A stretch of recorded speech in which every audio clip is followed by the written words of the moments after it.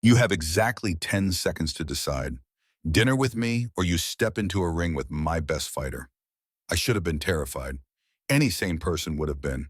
But standing there in that dimly lit private dining room, surrounded by men in expensive suits who looked like they collected broken bones for fun, all I could think was how badly I wanted to wipe that smug grin off Julian Cross's face. You know what they say about karma, right? That it always comes back around. That the universe has a funny way of putting arrogant people exactly where they need to be. Well, I'm living proof that sometimes karma needs a little help. Sometimes it needs a left hook and a solid uppercut to really drive the point home. My name is Maya Reeves, and this is the story of how I went from serving overpriced pasta to the most dangerous people in the city to becoming the one thing a mob boss never expected. Someone who wouldn't break. But before we get to the good part, before I tell you about the night I made an entire room of killers question everything they thought they knew about power, let me start from the beginning. I was 24 years old when I took the job at Luciano's. It was supposed to be temporary, just something to pay the bills while I figured out my next move. The restaurant had a reputation for being an exclusive, the kind of place where you needed connections just to get a reservation. The tips were supposed to be incredible. The clientele was wealthy. It seemed perfect. I should have known better. My first day, the manager, a nervous man named Eric Walsh with sweat perpetually dotting his upper lip, pulled me aside before my shift. "Listen carefully," he said, his voice barely above a whisper. "There are rules here, very important rules." I nodded, expecting the usual restaurant politics. Don't flirt with the chef. Don't give away free bread. Always upsell the wine. When the VIP room is occupied, you don't go in unless specifically called. You don't ask questions. You don't make eye contact unless spoken to first. And most importantly, if Mr. Cross is here, you treat him like royalty. Understand? "Mr. Cross," Vincent's face went pale. "Just do what I say and you'll be fine." I should have walked out right then. Should have recognized the warning signs. But I needed the money and I dealt with demanding customers before. How bad could it be? That first week passed without incident. I learned the menu, memorized the wine list, mastered the art of being invisible when necessary. The regular dining room was exactly what I expected. Wealthy couples celebrating anniversaries, business dinners with too much wine, the occasional celebrity trying to be discreet. But the VIP room remained a mystery. It was always occupied on Thursday and Saturday nights. Eric would personally handle all the service, sometimes with one other senior server. The rest of us were told to stay away. I'd catch glimpses when the door opened. Men in dark suits, clouds of cigar smoke, the kind of laughter that never reached anyone's eyes. I wasn't stupid. I knew what kind of establishment I was working in. But knowing something and confronting it directly are two very different things. Everything changed on my 8th day. It was a Thursday night. The restaurant was busy, every table in the main dining room occupied. I was juggling 4 tables, all demanding attention simultaneously, when Eric appeared at my elbow looking like he might faint. "Maya, I need you to cover the VIP room." I stared at him. "You said never to go in there. Maria called in sick." "Tony's handling a situation in the kitchen." "I have no choice." He gripped my arm, his fingers digging in hard enough to bruise. "Listen to me very carefully. They've already ordered. You just need to deliver the food and refill drinks. Don't speak unless spoken to. Don't look at them directly. Get in, do your job, get out. Can you do that?" Every instinct I had screamed at me to refuse, but Eric looked genuinely desperate, and I couldn't afford to lose this job. "Not yet." "Fine," I said. He practically pushed me toward the kitchen. "Table 6 appetizers are up. Take them in now." I loaded the tray with practiced efficiency. Calamari, bruschetta, a charcuterie board that probably cost more than my rent. My hands were steady as I balanced it all, but my heart was hammering against my ribs. The VIP room door was heavy, solid wood that muffled sound. I knocked once, waited for the grunt of acknowledgement, and pushed it open. The room was thick with smoke and tension. 8 men sat around a large circular table, cards and cash spread between them. They barely glanced up as I entered. I kept my eyes down, moving efficiently to set plates in front of each person. Everything was going fine. I was almost finished, almost home free, when my elbow caught the edge of a wine glass. It tipped, spilling deep red liquid across the white tablecloth and directly onto the lap of the man at the head of the table. Time stopped. The man stood slowly, wine dripping from his expensive pants. He was younger than I expected, maybe early 30s, with dark hair perfectly styled and a face that would have been handsome if not for the cold fury in his eyes. Julian Cross, it had to be. "I'm so sorry," I said, quickly, grabbing napkins and moving toward him without thinking. "Let me help clean that up." His hand caught my wrist before I could touch him. His grip was iron, his skin surprisingly warm. "Do you have any idea how much these pants cost?" Every eye in the room was on us. The temperature seemed to drop 10 degrees. "I'll pay for the dry cleaning," I said, trying to keep my voice steady. "It was an accident. I'm sorry." "Sorry," he repeated the word like it tasted foul. "You spill wine on me, you try to touch me without permission, and you think sorry is sufficient?" Something in his tone, the absolute certainty that I would crumble, that I would beg, made something snap inside me. I'd spent my whole life dealing with men who thought they could intimidate me. Rich men, powerful men, men who believed their money or status gave them the right to treat people like servants. I pulled my wrist from his grip. "It was an accident," I repeated, this time with an edge to my voice. "A genuine mistake. What more do you want?"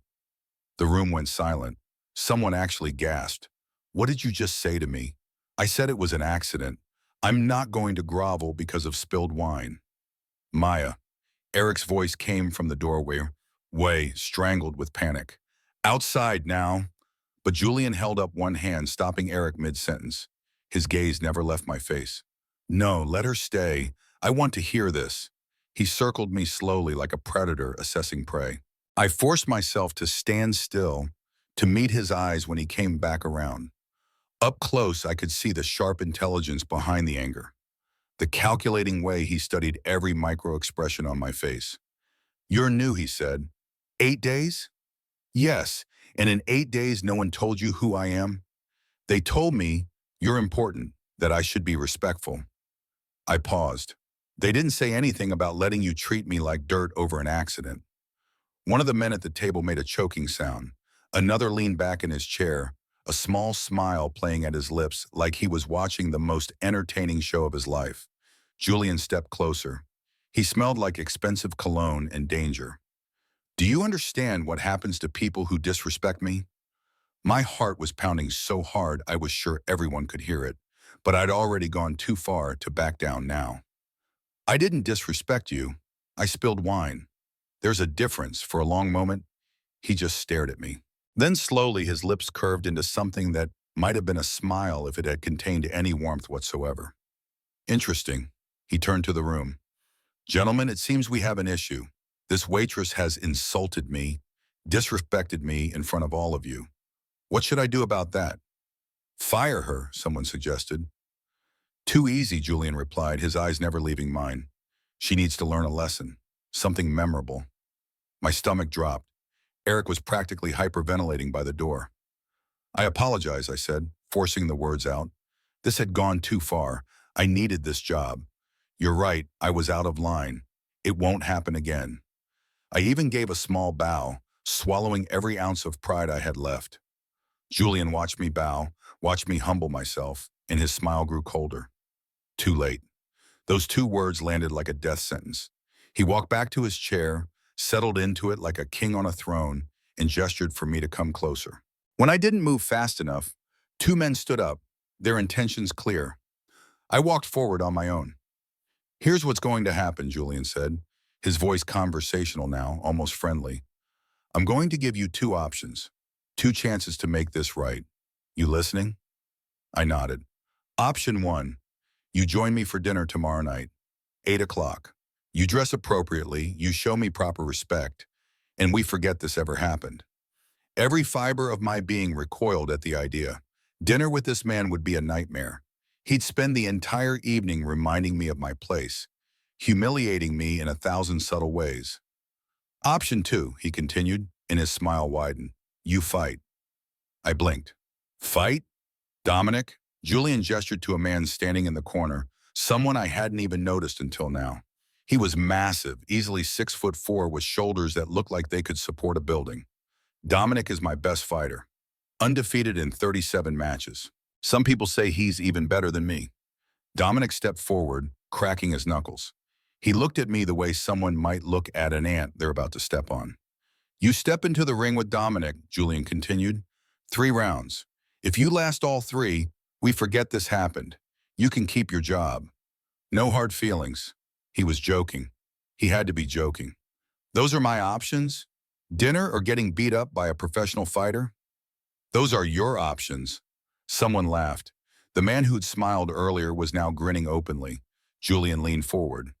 Obviously, you'll choose dinner. No sane woman would choose to fight Dominic. But I wanted to give you the option to prove that I'm fair. He thought he had me cornered. Thought he'd backed me into a position where I'd have to accept his dinner invitation, where I'd have to sit across from him and let him enjoy his victory. What he didn't know, what none of them knew, was that I'd been boxing since I was 16 years old. My father had been a trainer before he died. He taught me everything he knew, made me promise I'd never stop training, never stop fighting. I'd competed amateur for 6 years, won regional championships. I'd only stopped because I couldn't afford to train full-time, couldn't make a living doing what I loved. But I'd never stopped practicing. Never stopped working the bag in my apartment building's gym. Never stopped running, drilling, keeping my skills sharp, even when I had no idea if I'd ever use them again. Looking at Dominic, at his size and confidence, I did the math. He was bigger, probably stronger. But size wasn't everything. Speed mattered. Technique mattered. And the one thing I'd learned from my father, the lesson he drilled into me over and over, was that overconfident fighters make mistakes. Dominic thought I was just a waitress, thought this was a joke, which meant he wouldn't take me seriously until it was too late. I looked Julian Cross directly in his cold, beautiful eyes and said the words that would change everything. I'll take the fight. The room exploded. The silence that followed my declaration lasted maybe 3 seconds before chaos erupted. She's insane, someone said. This is going to be a massacre, another voice added. Almost gleeful, Eric looked like he was about to have a stroke. No, you don't understand what you're agreeing to. But Julian just sat there, his expression unreadable. He studied me like I was a puzzle he couldn't quite solve, his fingers drumming slowly against the armrest of his chair. You want to fight Dominic? That's what you offered. I offered it as a joke. No one actually chooses that option. Well, I just did. Dominic laughed, a deep rumble that came from his chest. Boss, let me have her. This will take 30 seconds. She'll learn her lesson quick. Julian held up one hand, silencing him. His eyes never left my face. You understand what you're agreeing to? This isn't some slap fight. Dominic fights to win. He won't go easy on you because you're a woman. Good, I said. I wouldn't want him to. Something flickered in Julian's expression. Surprise, maybe? Or interest? When's the last time you threw a punch? This morning. That was true. I'd done an hour on the heavy bag before my shift, same as I did every morning. My knuckles still had faint marks from where the wraps had rubbed. Julian stood up, walked over to me. This close, I could see flecks of gold in his dark eyes. He was tall, maybe 6'1", with the kind of build that came from actual training, not just genetics. There were scars on his knuckles. Old ones. You're serious, he said, completely. Wait, because I'd rather get hit than have dinner with you. The room went silent again. Then one of the men at the table burst out laughing. Others joined in, and even Dominic cracked a smile. Julian's expression didn't change, but something shifted in his eyes. Saturday night, he said, 10 o'clock. There's a private gym 2 blocks from here. My men will give you the address. He leaned in close enough that I could feel his breath against my ear. And Maya, when this is over, when you're on the floor wondering what hit you, remember that you chose this. You had an easy way out. I'll remember that you underestimated me, I whispered back. I turned and walked out of that room with my head high and my hands steady. It wasn't until I reached the kitchen that I started shaking. Eric found me 30 seconds later. What were you thinking? Do you have any idea what you just did? I made a choice. You signed up for a beating. Dominic is dangerous, Maya. He's put people in the hospital. Hell, he's put people in the morgue. Then I guess I better win. Eric stared at me like I'd grown a second head. Win? You can't win. That's not how this works. But I wasn't listening anymore. My mind was already running through strategies, analyzing what I'd seen of Dominic's stance, his movement, the way he carried his weight. He was big, powerful, but he'd been standing in that corner for over an hour without shifting his weight, which meant his knees were probably stiff. He'd cracked his knuckles when Julian mentioned fighting, which suggested he relied on hand strikes. And the way he looked at me, like I was already defeated, meant he'd come in aggressive, trying to end it fast. I could work with that. The rest of my shift passed in a blur. I served food, poured wine, smiled at customers, all while my brain worked through combinations and defensive strategies. By the time I got home at 2 in the morning, I had a plan. My apartment was small, a studio in a neighborhood that real estate agents generously called emerging, but it had everything I needed: a bed, a kitchen, and most importantly, enough space for my heavy bag. I changed into training clothes and started working. Jab, cross, hook, circle left, circle right, duck, weave, counter. My father's voice echoed in my head with every combination. Speed beats power, Maya, every single time. Let them swing big, wear themselves out, then take them apart piece by piece. I trained until my arms burned and sweat soaked through my shirt. Then I trained some more. The next morning, Friday, I woke up sore but focused. I had one day to prepare, one day to make sure I was as sharp as possible. I called in sick to work. Eric sounded relieved when I told him, probably grateful he wouldn't have to deal with whatever awkward aftermath my confrontation with Julian had created. Instead, I went to the gym where I trained as a teenager. It was a boxing gym in the old sense. No fancy equipment or juice bars, just rings and bags and the smell of sweat and leather. My father had known the owner, and he still let me train there for free even after Dad died. Ray Murphy looked up when I walked in. He was in his 50s, built like a fire hydrant with a face that had stopped too many punches. Maya Reeves, haven't seen you around much lately. Been working, but I need the ring today. Why? You got a fight coming up? Tomorrow night. His eyebrows went up. Official? Private? How private? I told him, not everything, but enough.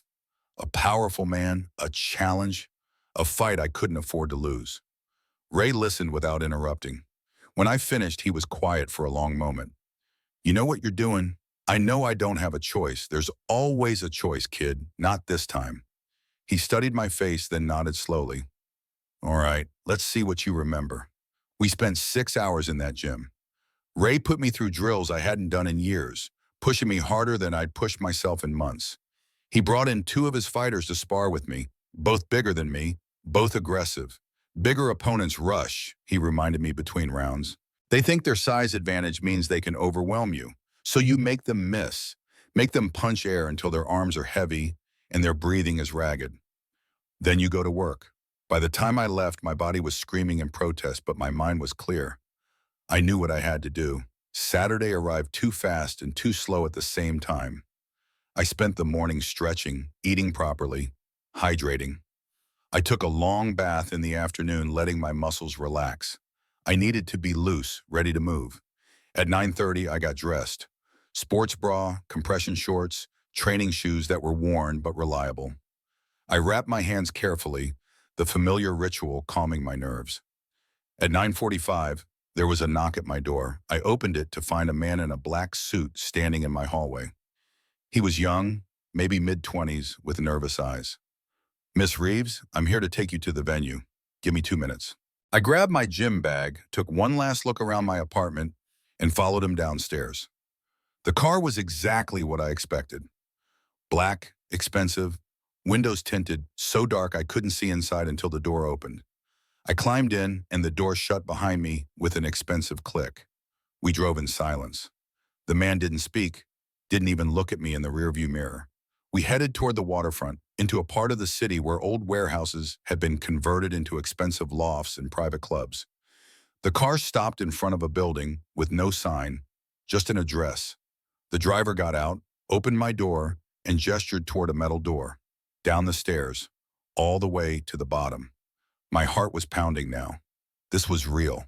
This was actually happening. I pushed open the door and started down. The stairs were concrete, lit by bare bulbs every 10 feet. I could hear voices below, the sound of people talking and laughing. Music played somewhere, something with a heavy bass line. The stairs ended at another door. This one was guarded by two men, both armed. They looked me over, nodded, and one of them pushed the door open. The space beyond was nothing like I expected. It was huge, clearly a former warehouse with high ceilings supported by metal beams, but someone had transformed it into something else. There was a full-size boxing ring in the center, professional grade with proper ropes and padding. Around it, chairs were arranged in rows, stadium style. Behind those, a bar stretched along one wall, fully stocked. The lighting was dramatic, focused on the ring while leaving the edges in shadow. And it was packed. At least 100 people filled the space, all of them dressed like they'd come from expensive dinners or exclusive clubs. Men in suits, women in cocktail dresses, everyone holding drinks, talking, laughing. This wasn't some back alley fight. This was entertainment for the wealthy and dangerous. I spotted Julian immediately. He stood near the ring, surrounded by men who all looked like they could kill someone with their bare hands. He was dressed differently than at the restaurant, more casual, but somehow even more intimidating in dark jeans and a black shirt. He looked up as I entered, and even from across the room I felt the weight of his attention. He said something to the men around him, then walked toward me. The crowd parted for him automatically. No one wanted to be in his path. Maya. He stopped a few feet away, his eyes traveling over me in a way that was purely analytical. Checking for weapons, maybe, or assessing whether I'd actually go through with this. "I'm surprised you came." I said I would. People say a lot of things. Actually following through is different. He gestured toward the ring. "Last chance to change your mind. We can still have that dinner instead. I'm not changing my mind." "Stubborn," he said, but he said it like it was a compliment. "Dominic's in the back warming up. You have 15 minutes to prepare. There's a locker room through that door if you need it." "I'm ready now." His lips curved slightly. Confident, too. That's going to make this even more interesting. "What are the rules?" 3 rounds, 3 minutes each. Standard boxing rules. First one who can't continue loses, or first one to stay down for a 10 count. He paused. "There's a doctor on site, just in case. I won't need a doctor." "We'll see." Someone called his name and he turned away, leaving me standing alone in a crowd of strangers. I made my way to the locker room he'd indicated, needing a few minutes of quiet before this started. The room was small but clean. There was a bench, a mirror, hooks for clothes. I set down my bag and stared at my reflection. My father's voice came back to me, something he'd said the night before my first real fight. "Fear is just your body getting ready. Let it sharpen you, not paralyze you." I took a deep breath, rolled my shoulders, and walked back out. The crowd had grown even larger. People were placing bets, I realized. Actual money-changing hands. Odds being called out. I caught fragments of conversation as I passed. 30 seconds tops. I give her one punch before she goes down. Why is the boss even allowing this? It's cruel. I climbed through the ropes into the ring. The canvas was firm under my feet, the ropes tight and professional. This was a real setup. They'd done this before. Julian appeared at ringside. "Ladies and gentlemen," he called out, and the crowd quieted immediately. "Thank you for joining us tonight for some unexpected entertainment." On my right, Dominic Russo, undefeated in 37 professional fights. On my left, our brave, foolish waitress, Maya Reeves. Laughter rippled through the crowd. 3 rounds, standard rules. Let's keep this civilized. More laughter at that. Dominic climbed into the ring from the opposite corner. Up close, he was even more massive than I'd thought. His reach had to be 6 inches longer than mine. His fists looked like hammers. He grinned at me across the ring. "Don't worry, sweetheart. I'll make it quick." A referee I hadn't noticed stepped between us. He was older, professional looking, clearly someone who'd done this before. Fighters to the center. We approached each other. The referee went through the standard instructions. Protect yourself at all times. Break when I say break. Touch gloves. Dominic extended his gloves. I tapped them with mine. His grin widened. "Ready to take a nap?" "Are you?" I replied. The referee stepped back. "Fighters ready?" I nodded. "Box." The bell rang. Dominic came at me exactly like I'd predicted he would. Fast, aggressive, looking to end this in seconds. He threw a massive right hand that would have taken my head off if it connected. I wasn't there. I slipped left, felt the air move as his fist passed inches from my face. He followed with a left hook, putting his full weight behind it. I ducked under it, circled right. The crowd made a sound, something between surprise and disappointment. They'd expected me to go down already. Dominic reset, his grin fading slightly. He came forward again, this time more measured. Jab, jab, right cross. Good combination, proper technique. I parried the jabs, slipped the cross, countered with a quick jab of my own that snapped his head back. The crowd noise changed. People were paying attention now. Dominic's expression shifted. The playfulness was gone. He started working behind his jab, trying to find his range, set up his power shots. He was good, better than good. Every punch had bad intentions behind it, but he was also predictable. 3 jabs meant a right cross was coming. When he stepped forward with his left foot, a left hook would follow. My father had made me study fighters for hours, learning to read their patterns, anticipate their intentions. I let Dominic think he was controlling the pace, let him throw combinations, work his game plan. But I made him miss, not by much, just enough. Slipped punches by millimeters. Used footwork to stay just outside his range. 40 seconds into the round, I saw it. He dropped his right hand slightly after throwing his jab, just for a fraction of a second. But it was there. I waited, let him throw the jab again. When his right hand dropped, I stepped in and threw a straight right hand down the middle. It caught him clean on the chin. His head snapped back. His eyes went wide. He stumbled backward 2 steps. The crowd erupted. I didn't chase. That's what he'd expect, what he'd be ready for. Instead, I reset in the center of the ring, hands up, waiting. Dominic touched his jaw, working it side to side. When he looked at me again, the last trace of amusement was gone. Now he was angry. Good.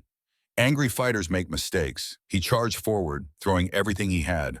Hooks, uppercuts, combinations with no setup. Pure aggression backed by serious power. I went into defensive mode. Slip, duck, block, move. Let him punch himself tired. His breathing was already getting heavier. All that muscle required oxygen, and he was burning through it fast. The bell rang, ending round 1. I walked to my corner, breathing easily. My heart rate was elevated but controlled. Across the ring, Dominic was sucking air, his chest heaving. His corner was talking to him urgently, probably telling him to calm down, stick to the plan. I glanced at ringside. Julian was standing now, his arms crossed, his expression unreadable. But he was watching me differently than before. Not like a joke anymore. The bell for round 2 rang. Dominic came out more controlled this time. Someone in his corner had gotten through to him. He was using his jab again, working behind it, not overcommitting to his power shots. But he was also tired. I could see it in the way he moved, the slight heaviness in his feet. Round 1 had taken more out of him than he'd expected. I started pressing forward. Nothing crazy, just steady pressure, making him work, making him think, making him move. Every few seconds, I'd throw a jab or a quick combination. Nothing that would hurt him, just enough to keep him reacting. 90 seconds into the round, his breathing was ragged. His punches were slower. His defense was getting sloppy. I saw my opening. He threw a lazy jab, his weight too far forward. I slipped it, stepped to the side, and threw a left hook to his body. Put everything I had into it, aimed right below his ribs. The air exploded out of his lungs. His hands dropped instinctively, trying to protect his body. That's when I went upstairs. Right hand, left hook, right hand again. All to the head. Clean, sharp, perfectly placed. Dominic's legs buckled. He grabbed onto me, clinching, trying to buy time to recover. The referee stepped in. Break, I stepped back. Dominic was hurt, really hurt. His eyes were unfocused. His guard was down. The referee looked at him. You okay to continue? Dominic nodded, but he was lying. I could see it, so could everyone else in the building. The referee stepped aside. Box, I didn't rush. Rushed punches miss. Instead, I walked him down, cutting off the ring, not letting him recover. He threw a weak jab. I slipped it and countered with a straight right hand that landed flush. His knees went. He caught himself on the ropes, but he was done. completely done. The referee jumped in, waving his arms. Stop! Stop! The bell rang a second later. Round 2 was over. Dominic's corner pulled him onto his stool. They were working on him frantically, trying to bring him back. But I knew that look. I'd seen it before. He wasn't coming back. The crowd was losing their minds. People were on their feet, shouting. Money was changing hands everywhere. The odds had apparently shifted dramatically. I looked at Julian again. He was staring at me like he was seeing me for the first time. No smile now, just pure, focused attention.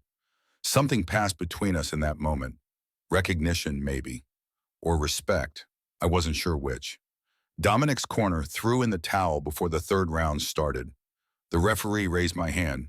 Winner by technical knockout, Maya Reeves. The crowd's reaction was split. Some people were cheering, apparently having bet on me despite the odds. Others looked stunned, like they couldn't process what they'd just witnessed. I climbed out of the ring on shaking legs.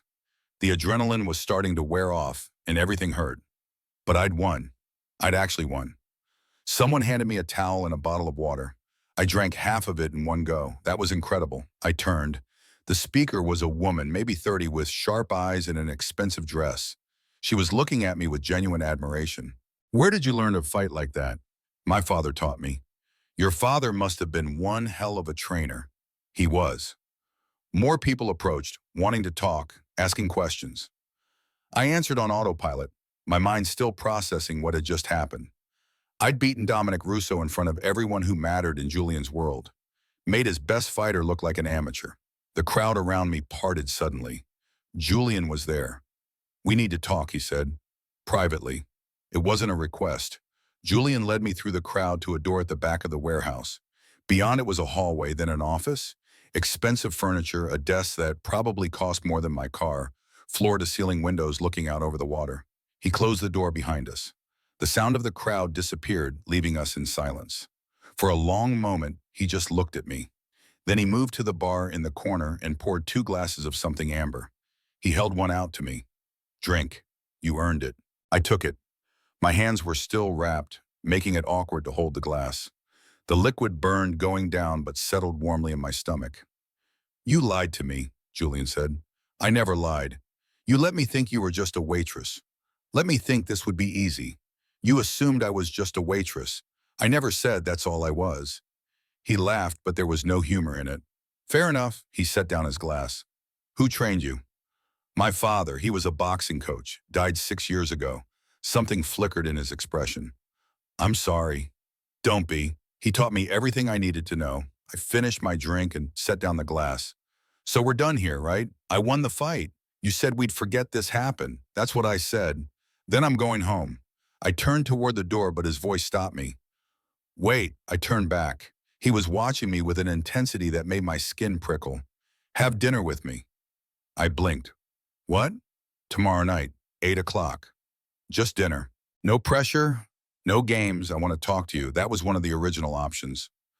I chose the fight specifically to avoid dinner. I know, but that was before. Before what?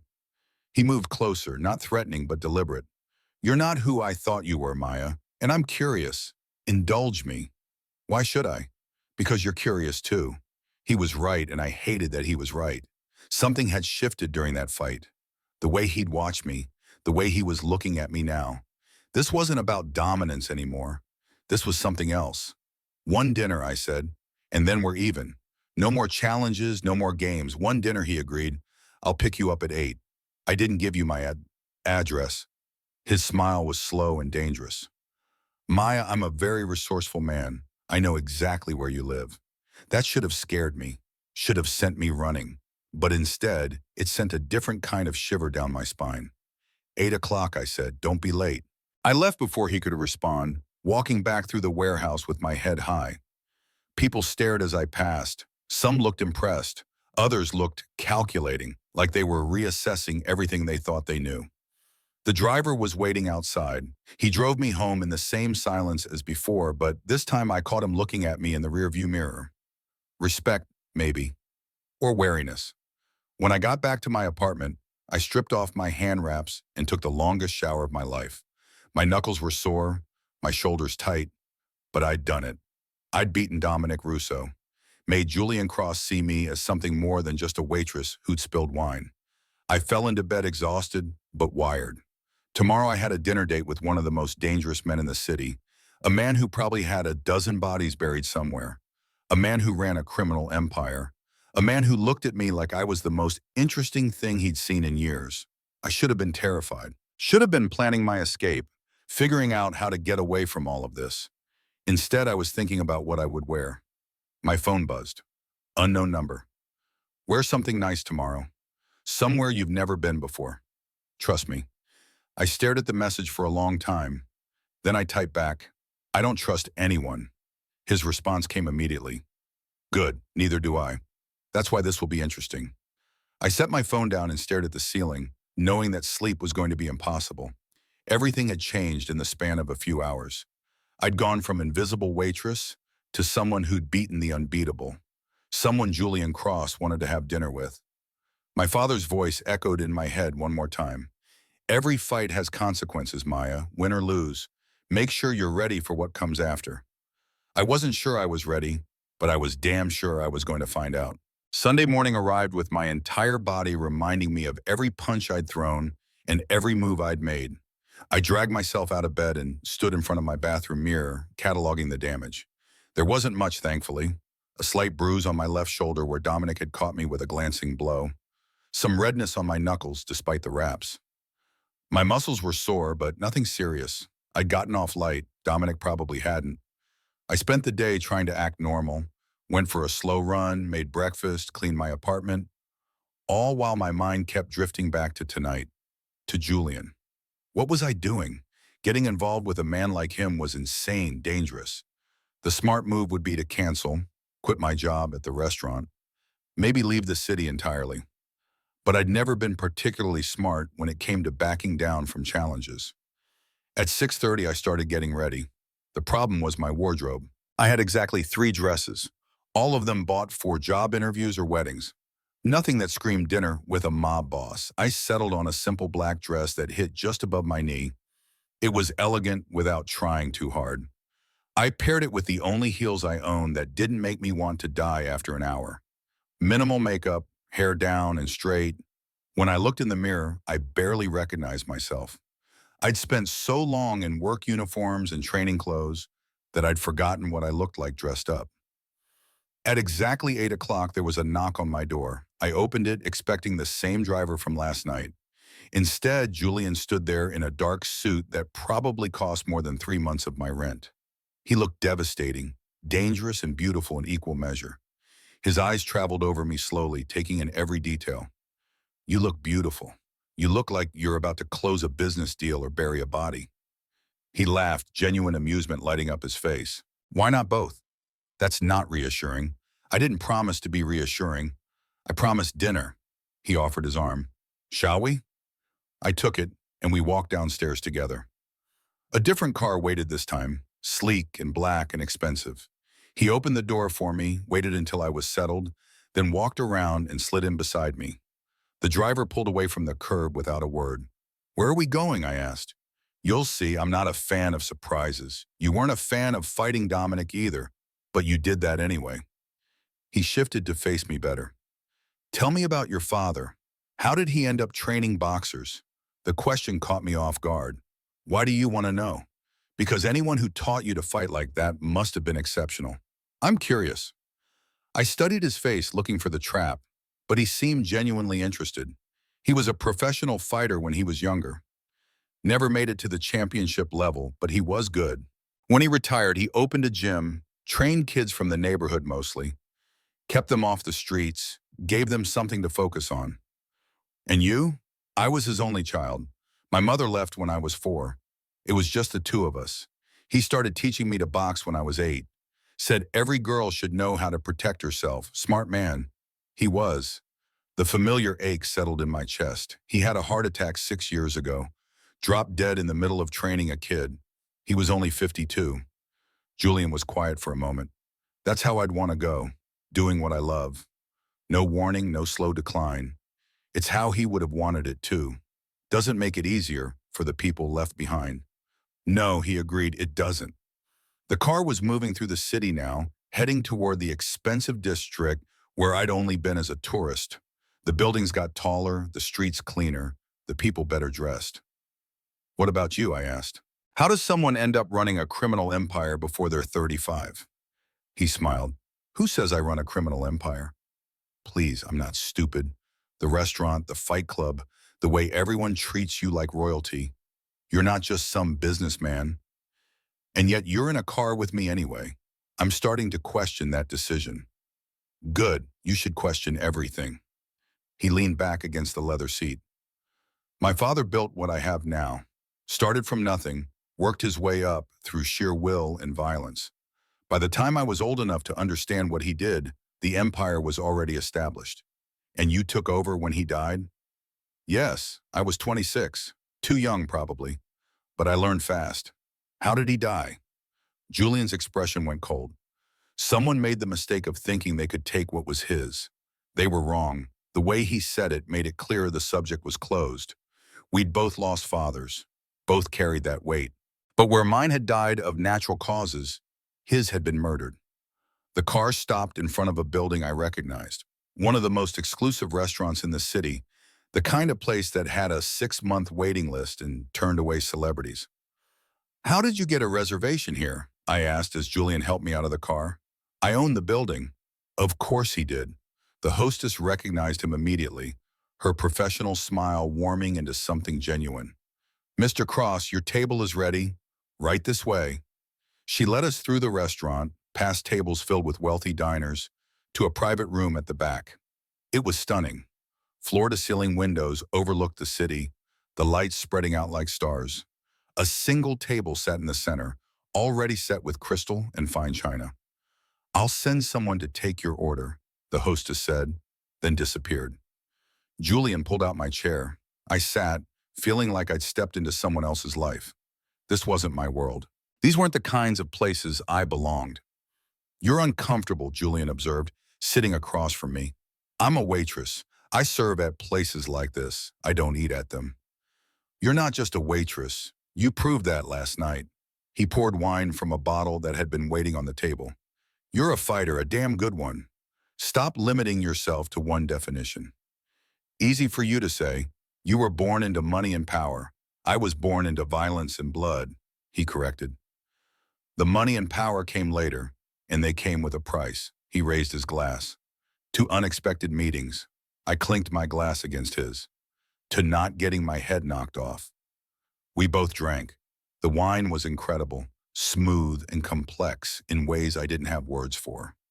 A waiter appeared, rattled off specials in Italian, took our orders. I let Julian order for me since the menu might as well have been written in code. When we were alone again, Julian leaned forward. I need to know something. Why did you really take that job at the restaurant? I told you. I needed the money. There are other restaurants, safer ones. You had to have heard rumors about Luciano's. He was right. I had heard rumors, had known it was connected to something darker. But I'd been desperate and stupid. I needed good money fast, I admitted. My father left medical bills, debt. I've been trying to pay it off for 6 years, but it never seems to get smaller. The tips at Luciano's were supposed to be better than anywhere else. How much do you owe? That's not your business. I'm making it my business. How much? $38,000. He didn't even blink. That's it? That's more money than I'll probably ever have at one time in my life. What if I paid it off? I stared at him. What? Your debt. What if I cleared it? All of it. Tomorrow, my heart started pounding. Why would you do that? Because I can. Because $38,000 means nothing to me, but it clearly means everything to you. And what would you want in return? Nothing. Nobody gives away that kind of money for nothing. He smiled. I'd want you to stop working at the restaurant. Why, Wawa? Because you're wasted there. You're smart, talented, capable of so much more. Watching you serve pasta to criminals is offensive. So you'd pay off my debt, and then what? I'd be unemployed. You'd be free to do whatever you want. Train, fight professionally, go back to school, whatever you choose. It was tempting, dangerously tempting. Having that weight lifted, being able to breathe for the first time in 6 years. But nothing came free, especially from men like Julian Cross. No, I said. His eyebrows rose. No, I don't need you to save me. I'll pay off my own debt. That's stubborn and impractical. That's me. He studied me for a long moment, then laughed. You know, most people jump at the chance to let me help them. I'm not most people. No, you're really not. The food arrived, course after course of incredible dishes I couldn't name. We ate and talked, the conversation flowing easier than it should have between two people who barely knew each other. He told me about growing up in his father's world, learning the family business through brutal lessons. I told him about growing up in the gym, learning to take punches before I learned algebra. Did you ever want out, I asked between courses, of this life? Every day when I was younger, he admitted. I wanted to be normal, have normal problems. Date girls without worrying they were using me for my connections or were terrified of what I did. And now I've accepted what I am. This is my world. I can't change it, so I might as well rule it. That's depressing. That's realistic. He reached across the table, his fingers brushing against mine.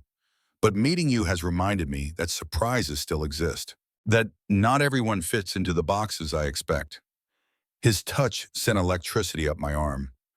I should have pulled away, should have remembered who he was, what he represented. Instead, I turned my hand over, letting our fingers intertwine. This is crazy, I said softly. You know that, right? You're a criminal. I'm a waitress who punched your guy. You're a fighter who refuses to bow. And I'm a man who's never met anyone like you. The moment stretched between us, charged with possibility and danger in equal measure. My phone buzzed in my purse. I ignored it. It buzzed again, then again. You should check that, Julian said. Reluctantly, I pulled it out. 3 messages from Eric. Maya, where are you? We need to talk. It's important. The boss is looking for you. Whoa. Not Mr. Cross, his boss. Please be careful. My blood went cold. What does that mean? You're the boss. Julian's expression darkened. Read it to me. I did. He pulled out his own phone, made a call. Devin, who's been asking about Maya Reeves? A pause. When? Why wasn't I informed? He listened, his jaw tightening. Lock it down. Nobody talks to anyone about her without going through me first. He hung up and looked at me. We need to go. Now, what's happening? My uncle, he runs the larger organization. I answer to him, but I have my own territory, my own operations. He apparently heard about last night. About you. So what?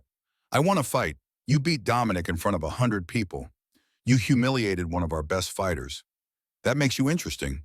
And when you're interesting to my uncle, that's dangerous. He threw cash on the table, more than enough to cover the meal 3 times over, and pulled me to my feet. We rushed through the restaurant. People stared but got out of our boom. The car was already waiting outside, engine running. Where are we going? I asked as we pulled away. Somewhere safe. My uncle doesn't know about it. Julian, I need to understand what's happening. My uncle, Victor Cross, runs everything. I'm just a piece of his empire. He's old school, traditional, and he doesn't like surprises. I'm a surprise? What does he want with me? I don't know yet. But men like my uncle don't just want to talk. They want to own things, control them. He looked at me, real fear in his eyes. I won't let him touch you. The car moved fast through the city, taking turns in back streets I didn't recognize. Finally, we pulled into an underground garage beneath a building I'd never seen before. Julian led me to an elevator that required a key card. We rode up in silence, his hand never leaving the small of my back.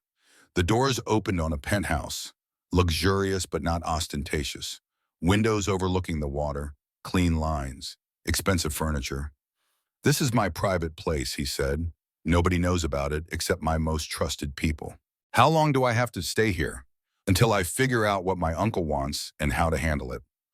I walked to the windows, looking out at the city lights. My reflection stared back at me, looking lost. I won one fight, I said quietly. How did everything get so complicated? Julian came up behind me, not touching, but close enough that I could feel his warmth. You didn't just win a fight. You showed everyone in my world that you're extraordinary. You can't be extraordinary in this life without consequences. I turned to face him. I don't want to be extraordinary. I just want to pay my bills and live my life. Too late for that. He was right. The moment I'd stepped into that ring, everything had changed. There was no going back to being invisible now. What do we do? I asked. We wait. I'll handle my uncle. But Maya, he cupped my face in his hands. Whatever happens, you stay away from him. He's not like me, he's something darker. And what are you? His smile was sad. I'm the man who's going to keep you safe, even if it destroys me. Then he kissed me. The kiss was fire and danger and inevitability all at once. I should have pushed him away, should have remembered all the reasons this was wrong. But his hands were gentle despite the violence I knew they were capable of, and his mouth tasted like wine and promises I shouldn't believe. When we finally broke apart, we were both breathing hard. That was a mistake, I whispered. Probably. He didn't move away. But I'm not sorry. You should be. This complicates everything. Everything was already complicated. His thumb traced my jawline.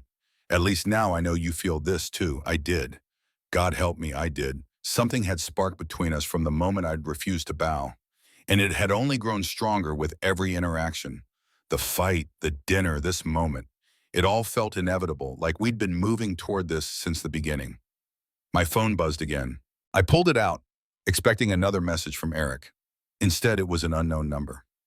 Miss Reeves, my nephew seems quite taken with you. I'd very much like to meet the woman who has captured his attention. Tomorrow, 2 o'clock. The address will be sent separately. Come alone or people will get hurt, including Julian. Ice flooded my veins. I handed the phone to Julian. His face went white as he read it. How? How did he get your number? I don't know. Damn it. He paced across the room, running his hands through his hair. He's moving faster than I expected. He must see you as a threat. A threat? I'm nobody. You're someone I care about. That makes you leverage. He turned back to me. You can't go to this meeting. He said people would get hurt if I don't. He'll hurt you if you do. What does he want? Julian's expression was grim. To test you, to see if you're worth the attention you're getting. My uncle doesn't believe women belong in our world except as decorations or tools. You've disrupted that worldview. He'll want to put you back in your place. How? I don't know, but whatever he has planned, it won't be pleasant. I walked back to the windows, my mind racing. Everything had spiraled so fast. 3 days ago, I was just trying to make rent.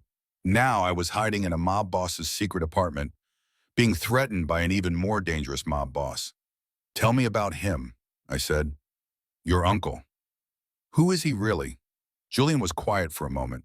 When he spoke, his voice was different, harder. Victor Cross is the reason my father is dead. He's also the reason I'm still alive. He's a walking contradiction wrapped in violence and old-world traditions. Did he kill your father? No, but he let it happen. My father was challenging him, trying to take more territory, more power.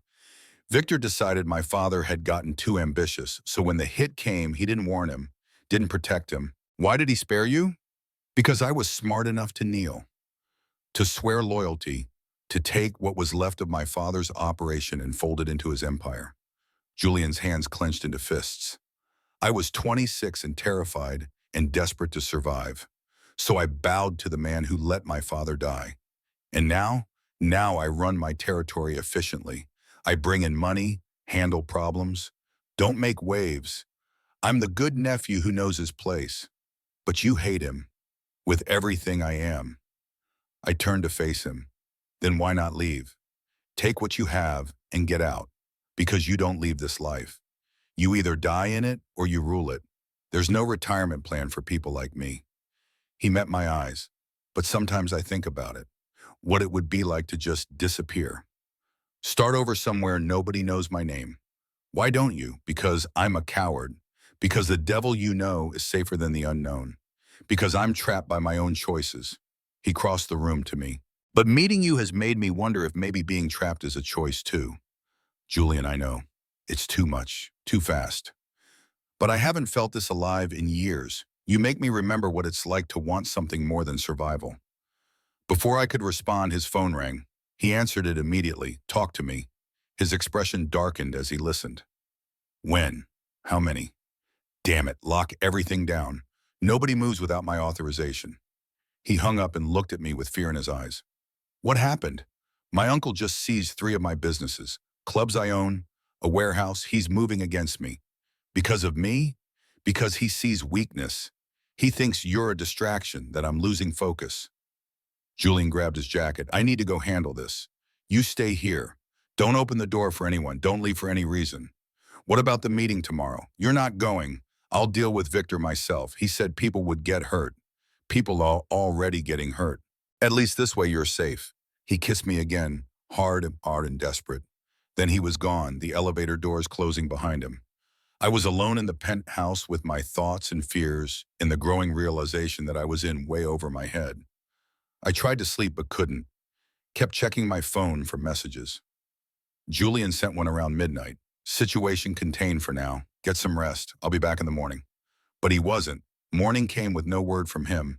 I found food in his kitchen, made coffee, paced his apartment like a caged animal. The city stretched out below me, beautiful and indifferent to my crisis. At noon, my phone rang. Unknown number again. Miss Reeves, I'm disappointed. My nephew seems to think he can protect you from me. He's wrong. I'll give you one more chance. 2 o'clock. The address is 847 Riverside Drive, Warehouse District. Come alone. If you don't show, I'll assume you're not worth my time, and I'll take out my frustration on Julian. He has so many lovely fingers. I wonder how many he needs to run his businesses. The line went dead. I stared at the phone, my hands shaking. This was insane. I should call the police, run, do anything except walk into an obvious trap. But the image of Julian being tortured because of me made my stomach turn. I grabbed my jacket and headed for the elevator. The warehouse district was exactly what it sounded like. Old buildings, cracked pavement, the smell of the river mixing with industrial decay. Number 847 was a massive structure with broken windows and graffiti covering the walls. I pushed open the rusted door and stepped inside. The interior was dim, lit only by sunlight filtering through holes in the roof. The space was enormous and mostly empty, except for some old crates and machinery. Miss Reeves, punctual. I appreciate that. The voice came from above. I looked up to see a man standing on a metal catwalk. He was older than Julian, maybe mid-50s, with silver in his dark hair and a face that might have been handsome before violence had carved lines into it. Victor Cross. He descended a metal staircase with measured steps. 6 men followed behind him, all of them armed, all of them looking like they knew how to use their weapons. You're even prettier than the photos, Victor said, circling me slowly. I can see why my nephew is smitten, though I must admit I expected someone more intimidating. You beat Dominic, yes? Yes, impressive. He's a good fighter, expensive to train. You cost me money with that little stunt. Send me a bill, he laughed. Spirit, I like that. My nephew usually prefers docile women. You're a refreshing change. What do you want from me? Want? Nothing. I simply wanted to meet you, to understand what makes you special enough to distract Julian from his responsibilities. I'm not distracting anyone. I'm just trying to live my life. But you are distracting him.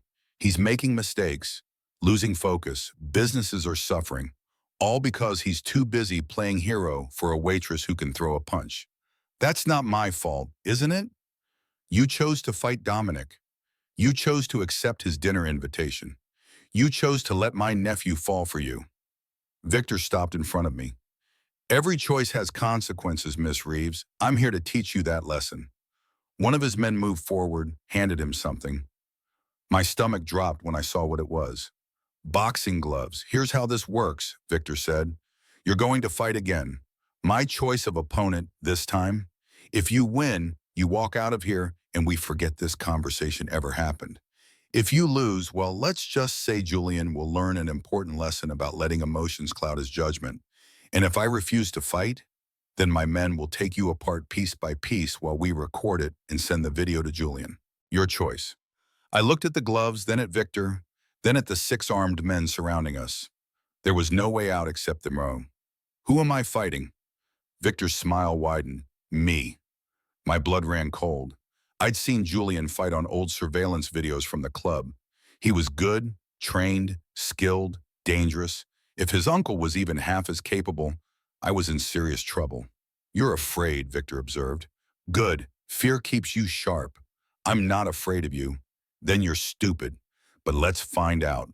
His men cleared space in the center of the warehouse. Someone brought out 2 chairs as makeshift corners. Another produced a bell, the kind you'd find in any professional gym. This wasn't improvised. Victor had planned this carefully. I pulled on the gloves, my mind racing through strategies. Victor was older, which meant he'd be slower. But older also meant experienced.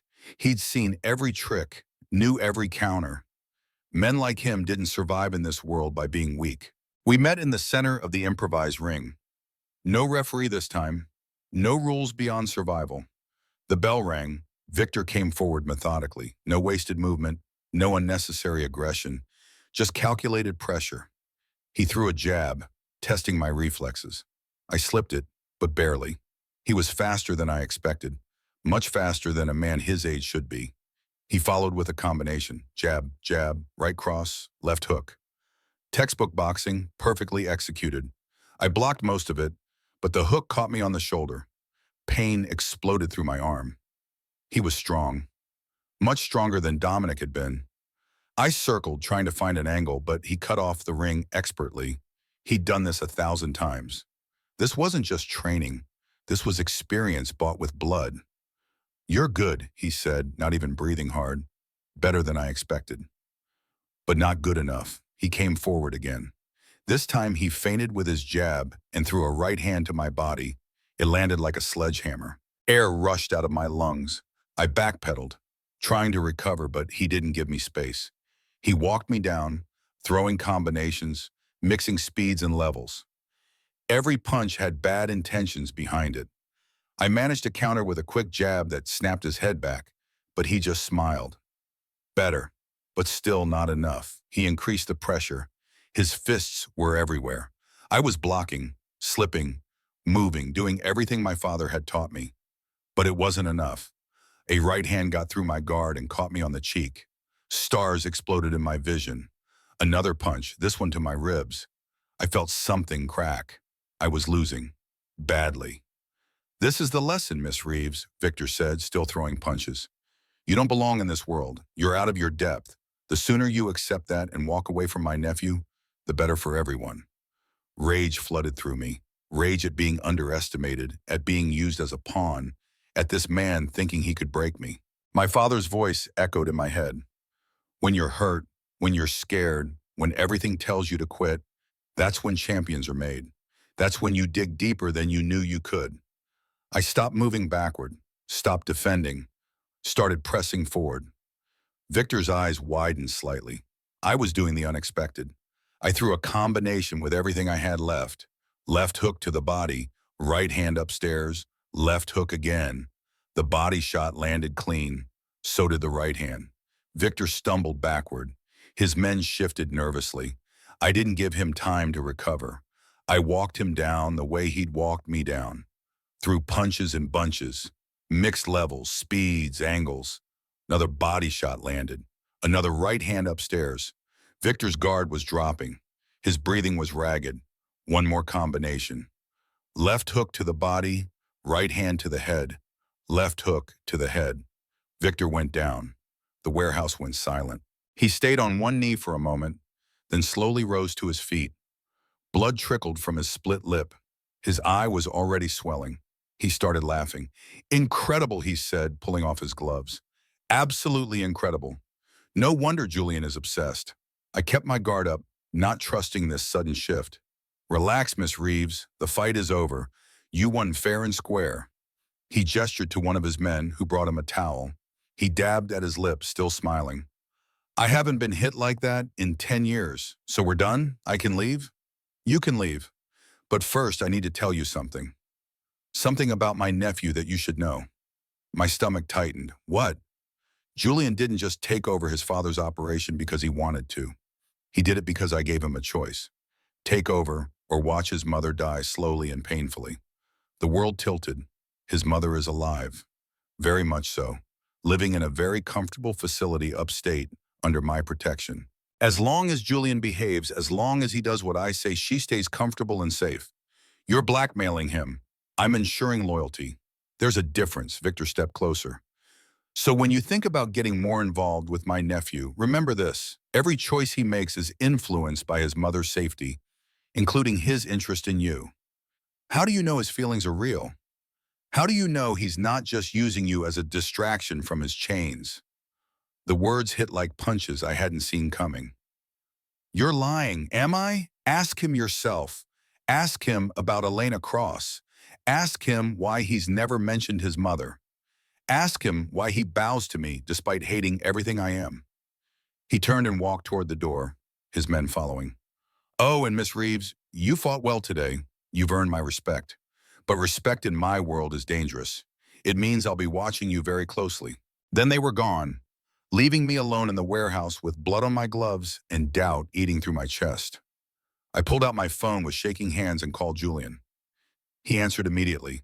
Maya, where are you? I've been looking everywhere. I need you to tell me the truth about something. Anything. Is your mother alive? The silence that followed told me everything I needed to know. Maya, where are you? I ended the call. My phone rang immediately. I ignored it. It rang again and again. Finally, I answered. Let me explain, Julian said desperately. You lied to me. I never lied. I just didn't tell you everything. That's the same thing. I leaned against a rusted support beam. My ribs were screaming in protest. Your uncle told me about how he's blackmailing you, about how everything you do is to keep her safe. He had no right. He had every right. Someone needed to tell me the truth. My voice cracked. Was any of it real, Julian? Or was I just a distraction? Something to make you feel less trapped? Don't do that. What I feel for you is real. How can I believe anything you say? You've been lying from the beginning. I was protecting you. If Victor knew how much you meant to me, he'd use you the same way he uses my mother. I was trying to keep you separate from all of this. Well, congratulations. Your plan failed spectacularly. He knows exactly how much I mean to you, and he just beat that information into me. What? Maya, what did he do? He made me fight him. And when I won, he told me the truth.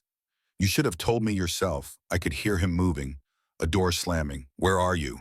I'm coming to get you. No, Maya, please. I need space. I need to think about all of this, about whether I can trust anything you've said. I love you. The words stopped me cold. You don't even know me. I know enough. I know you're the first person in years who's made me want something more than survival. I know you're brave and stubborn and you refuse to break even when you should. I know that losing you would destroy me. Tears burned behind my eyes. Love isn't enough when it's built on lies. Then let me tell you everything. All of it. No more secrets. Just give me a chance to explain. I wanted to say yes. Wanted to believe we could fix this. But my ribs were cracked. My face was bruising. And I just fought a man twice my age because I'd been stupid enough to get involved with his nephew. I'll call you when I'm ready to talk. Don't look for me. I hung up before he could respond and turned off my phone. The walk back to my apartment took an hour. Every step hurt. My ribs were definitely cracked, maybe broken. My face was swelling. But the physical pain was nothing compared to the ache in my chest. I'd let myself care about Julian. Let myself imagine something that could never exist. A relationship with a man trapped by blackmail, violence, and family obligation. How stupid could I be? When I finally reached my building, Eric was waiting outside. He rushed over, taking in my appearance with horror. What happened? Long story. The restaurant has been in chaos. Mr. Cross has been calling, demanding to know where you are. His men have been searching everywhere. I don't work there anymore. What? Maya, you can't just quit. Not after everything that's happened. Watch me. I pushed past him toward my door. Wait. He grabbed my arm, then immediately released it when I winced. I'm sorry, but you need to understand something. You can't just walk away from these people. They don't let go that easily. I'll take my chances. They'll come after you, after everyone you care about. This isn't some corporate job where you give 2 weeks notice and move on. This is the mob, Maya. I know what it is. I also know I'm done being a pawn in their games. I left him standing there and climbed the stairs to my apartment. Every step was agony. When I finally got inside, I locked the door, put a chair under the handle, and collapsed on my bed. My phone was still off. I wanted to keep it that way forever, but reality doesn't care what you want. The next morning, I woke to pounding on my door. I ignored it. The pounding continued, growing more insistent. Maya, I know you're in there. Open the door. Not Julian's voice. Someone else. Go away. Can't do that. Boss sent me to check on you. Make sure you're okay. You don't sound fine. You sound hurt. Let me in or I'm breaking down this door. I dragged myself out of bed and opened the door. One of Julian's men stood there, the same one who'd driven me to the fight club. Devin, I think his name was. He took one look at me and his expression hardened. Who did this? Your boss's uncle? Victor did this to you? In a fair fight, I agreed to it. Now please leave. I can't do that. Boss's orders. I'm supposed to make sure you're safe and bring you back to him. I'm not going anywhere with you. Devin's phone rang. He answered it, listened, then held it out to me. He wants to talk to you. I don't want to talk to him. Maya, please. Julian's voice carried even from the phone speaker. Just listen. That's all I'm asking. Against my better judgment, I took the phone. What? I sent Devin because you need medical attention. Your ribs are probably broken. You need an x-ray, proper care. I'll go to a hospital. And tell them what? How you got injured? They'll ask questions you can't answer. Let Devin take you to my doctor, someone who understands discretion. He was right, and I hated that he was right. Fine, but just the doctor. Then I'm coming back here. Agreed. Devin drove me to an office building downtown. The doctor was a woman in her 40s, professional and thorough. She took x-rays, examined my ribs, my face, my hands. 3 cracked ribs, she said finally. Severe bruising. You're lucky nothing was broken completely. She wrapped my ribs tightly, gave me painkillers and strict instructions. No strenuous activity for at least 6 weeks. Light movement only, and ice for the swelling. Thank you. Who did this to you? I met her eyes. Does it matter? She was quiet for a moment. I've been treating Mr. Cross's people for 5 years. I've seen a lot of violence, but I've never seen him allow someone he cares about to get hurt like this. He didn't allow anything. I made my own choices, then make another choice. Let him help you. Whatever happened between you two, he's been calling every hour since yesterday, desperate for news about you. He lied to me. Did he? Or did he just not tell you everything immediately? There's a difference. She handed me the prescription. Men like Julian Cross don't fall in love easily. When they do, they fall hard. Don't throw that away because of pride. Devin drove me back to my apartment in silence. When we arrived, he handed me a bag. From the boss. Food, medical supplies, everything you need. He said to tell you he's not giving up, but he'll give you space. I took the bag without comment and went inside. For 3 days, I barely moved. Ate the food Julian had sent, took the painkillers, stared at my ceiling. My phone stayed off. I didn't want messages, didn't want to deal with reality. But on the 4th day, reality came to me. Someone slid an envelope under my door. Inside was a single piece of paper. Maya, I know you don't want to see me, I understand, but I need to tell you about my mother, about why I never mentioned her. Please give me 1 hour. After that, if you want me gone, I'll disappear from your life forever. Tonight, 8 o'clock, the coffee shop on 5th and Main. I'll be waiting. Julian. I held the note for a long time, reading it over and over. Every logical part of my brain screamed to ignore it, to stay away from Julian and everything he represented. But my heart, that stupid traitorous organ, wanted answers. At 7:45, I got dressed. At 7:50, I walked out of my apartment. At 8 o'clock exactly, I pushed open the door to the coffee shop. Julian sat at a corner table, his back to the wall. He looked terrible. Dark circles under his eyes, stubble on his jaw. His usual perfect appearance was shattered. When he saw me, relief flooded his face. You came. I want answers. That's all. That's all I'm asking for. He gestured to the chair across from him. Please sit. I sat, keeping the table between us like a barrier. For a long moment, he just looked at me, taking in my bruised face, the careful way I held my ribs. I'm sorry, he said finally, for everything, for not telling you about my mother, for letting you get hurt, for dragging you into my world. Start talking. Tell me everything. Julian took a deep breath and began. My mother's name is Elena. She's 58 years old and has early onset dementia.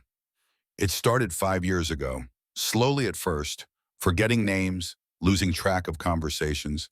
Then it got worse. He stared at his untouched coffee. When my father was killed, Victor came to me with an offer.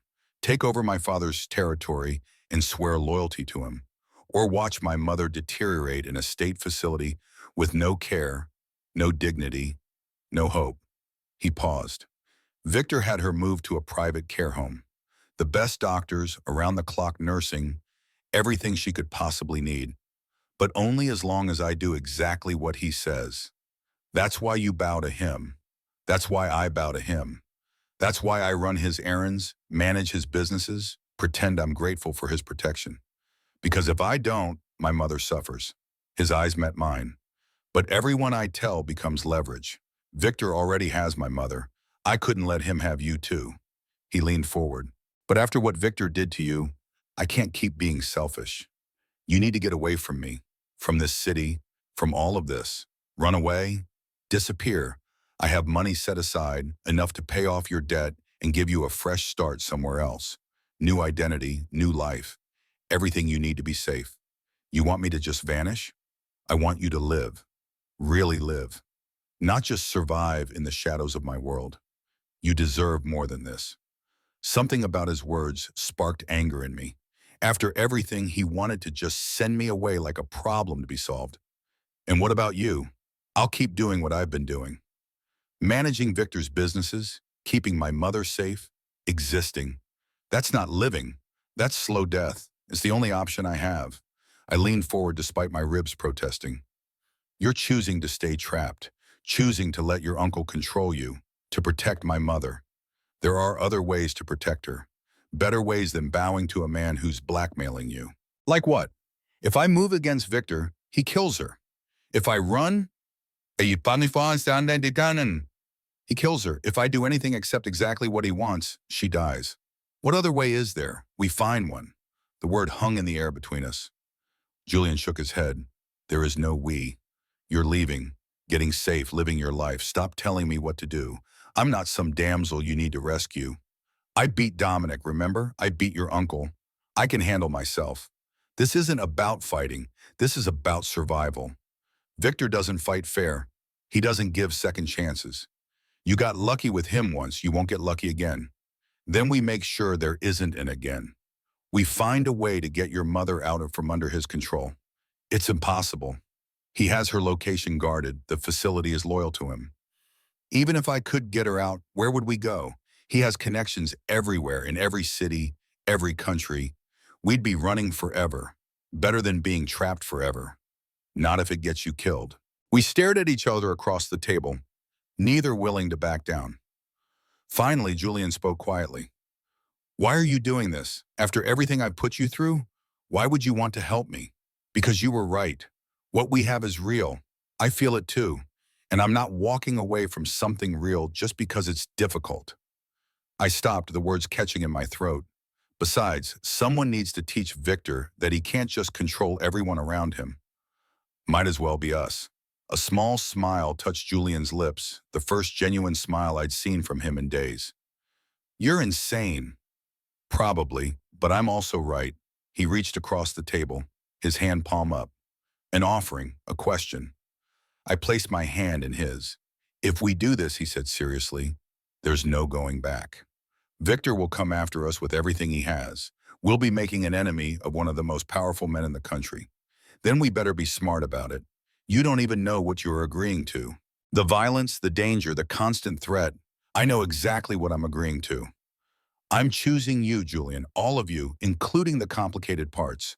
His grip tightened on my hand. We'll need help. People we can trust.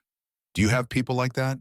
A few men who are loyal to me, not Victor, but it won't be enough. We'd need leverage, something that makes moving against us more costly than just letting us go. What kind of leverage? Information. Proof of his illegal activities. Something concrete that could bring down his entire organization if it went public. Do you have access to that kind of information? Some of it. But the really damaging stuff? The evidence that could actually hurt him? Victor keeps that locked down tight. Only his inner circle has access. Then we get someone from his inner circle to help us. Who? Everyone close to Victor is terrified of him. They'd never betray him. I thought for a moment. What about someone who's already being forced to do things they don't want to do? Someone else he's blackmailing? Julian's eyes widen. Marcus, Victor's accountant. He's been skimming money from the organization for years to pay for his daughter's cancer treatments. Victor knows about it, uses it to keep him in line. Would he help us? If we could protect his daughter, get her the treatment she needs without Victor's money, maybe. He's kept records, documentation of everything. Insurance in case Victor ever decides he's disposable. Then that's where we start. Julian studied me for a long moment. You're really sure about this? No, I'm terrified, but I'm sure about you, about us. That's enough. He stood, moved around the table and pulled me carefully to my feet, his arms wrapped around me, mindful of my injured ribs. I don't deserve you, he whispered against my hair. Probably not, but you're stuck with me anyway. We stood there in the corner of the coffee shop, two people who should never have met, planning something impossible. We'll need time to plan, Julian said. Need to approach Marcus carefully, make sure he's actually willing to help before we commit to anything. How long? A week? Maybe two? We do this right or we don't do it at all. And in the meantime? In the meantime, you stay at my place. The penthouse, it's safe and I can protect you there. Julian, I can take care of myself, I know you can. But let me do this anyway, please. After watching what Victor did to you, I need to know you're somewhere he can't easily reach. I wanted to argue, wanted to insist on my independence, but the truth was my apartment wasn't safe anymore. Victor knew where I lived. His men could show up anytime. Okay, but I'm not hiding. I'm not going to sit around being protected while you do all the work. I wouldn't expect anything less. We left the coffee shop together. Devin was waiting outside with the car. The drive back to the penthouse felt different this time. Not like running away, but like moving forward together. Over the next week, Julian and I became partners in something bigger than either of us. He taught me about his world, the businesses, the connections, the delicate balance of power that kept everything running. I helped him plan, strategize, think through scenarios. We also grew closer, real conversations late into the night, shared meals, quiet moments where we could just be two people instead of pawns in someone else's game. My ribs healed slowly, the bruises faded, and with each passing day I felt stronger, more certain that we were doing the right thing. 8 days after that night in the coffee shop, Julian came home with news. I talked to Marcus. He's willing to help. My heart jumped. Really? He's been waiting for someone to stand up to Victor, someone brave enough or stupid enough to actually try mine. He has everything we need, financial records, communication logs, evidence of murders, bribes, everything. What does he want in return? Safe passage for him and his daughter. New identities, enough money to start over somewhere far from here, and guaranteed protection until they're settled. Can we do that? I have contacts, people who owe me favors. We can make it happen. He pulled me close. This is really happening, Maya. We're actually going to do this. Are you scared? Terrified, but also hopeful, for the first time in years. Because of you. I kissed him then, pouring everything I felt into it, all the fear and hope and love I'd been too afraid to name. When we finally broke apart, we were both breathless. When do we move? I asked. Marcus needs 3 days to compile everything, make copies, ensure we have backup files. Then we approach Victor together, show him what we have, give him a choice. You think he'll let us walk away? If the alternative is his entire empire collapsing, maybe. He's ruthless, but he's also pragmatic. If holding on to control over me means losing everything else, he might cut his losses. And if he doesn't, Julian's expression went dark. Then we go to war. And we win or we die. 3 days felt like 3 years. Every moment was charged with anticipation and dread. We prepared for every scenario, had contingency plans for our contingency plans, made sure Marcus's daughter was safe, ready to be moved at a moment's notice. Finally, the day arrived. Marcus delivered the files personally, boxes of documents, flash drives full of digital evidence, enough to put Victor away for multiple lifetimes. This is everything, Marcus said, his hands shaking. Everything he's done, everyone he's hurt. It's all here. Thank you, Julian told him. You're doing the right thing. I hope so, because if this goes wrong, my daughter and I are dead. It won't go wrong. Marcus left and Julian made the call. Uncle, we need to meet tonight. Just us. I have something you need to see. Whatever Victor said made Julian's jaw tighten, but he stayed calm. Trust me, you'll want to see this in private. The warehouse where you fought Maya. Midnight. Come alone. He hung up and looked at me. It's done. Tonight, everything changes. Midnight found us back in the same warehouse where I'd fought Victor. The space felt different now, charged with purpose instead of dread. Julian had brought Devin and two other men he trusted absolutely.